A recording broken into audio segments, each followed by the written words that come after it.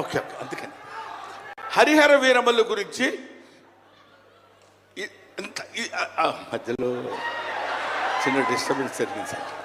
సరే, ఏదేమైనా ఆ సినిమా గురించి ఇంక నేను చెప్పాల్సిన పని లేదు, మీరు చూస్తారు కాబట్టి నేను మాట్లాడదు. ఎందుకంటే పవన్ కళ్యాణ్ గారి గురించి ఆవిష్కరించి ఆయన గురించి 2 ముక్కలు చెప్పాలని. సరే, సినిమా గురించి అంటారా, ఇంకా ఆయన గురించి మనం ప్రత్యేకంగా చెప్పాల్సిన అవసరం లేదు. ఆయన అలా కొట్టుకుంటూ ఇంకా రచ్చ రచ్చ రచ్చ రచ్చ కింద ఉంటుంది. ఇప్పటికే పవన్ కళ్యాణ్ గారు మరి ఆయన జాతకం ఏంటో నాకు తెలియదు, ఇలాంటి స్టైల్.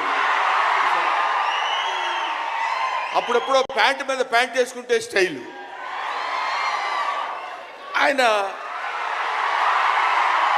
కారణజన్ముడు కాబట్టి ఇంక నన్ను అనవసరంగా వెనకాల జుట్టు పట్టుకొని లాక్కి వెళ్ళిపోయేటట్టుంది సుమా, మా అమ్మాయి. కాబట్టి I wish you all the best.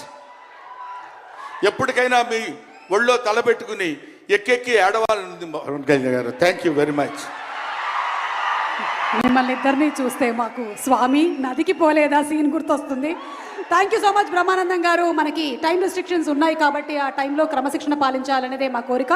And అలాగే సినిమా డైరెక్టర్ గారు జ్యోతి కృష్ణ గారిని, director with the brilliant vision, వేదిక మీదకి సాధారణంగా ఆహ్వానించేస్తున్నాము. అండ్ అలాగే నిర్మాత శ్రీ ఏఎం రత్నం గారిని సగౌరవంగా వేదిక మీదకి ఆహ్వానించేస్తున్నాము.